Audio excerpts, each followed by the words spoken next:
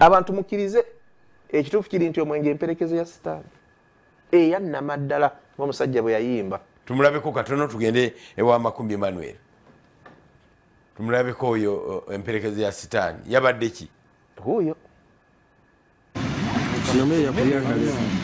nenda sebo omufubi mikono tegyenyeenya naye olaba abantu be baagala omwenge gwabwe byonna biyinza okuba yabiruuzinze si mu biki naye omwenge naye omwenge gwalemedde mu mukono. Abantu baagala muvubuka muto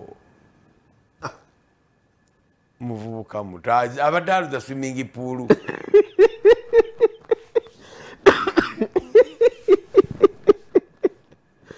Muvubuka muto wakati mu kkubo actually wandabikidde ng'oba egayaza oba ku bbiri walina ekifo weefaananyiriza. Labalabala omwana muto baaba naye omwenge gwalina gwa bbeeyi kide busiike gayaza olaba waaweewo ekeka rawundi about wako wali wewali ka poliisi we baakubira abasirikale mutuufu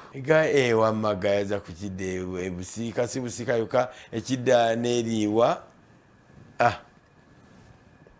ajjajja ikomaawo omwenge tegujja kukubalira atakubalira naawe tomubalira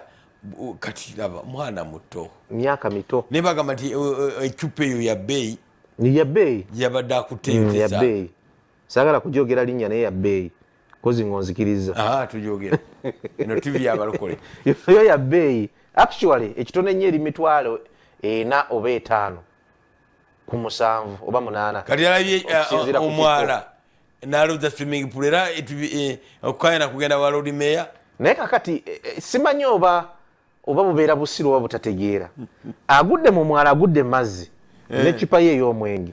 naye tewali moment yonna woolaba ccupa nga yennyikidde mazzi kubeera kutabula aba alaba naye ng'atalaba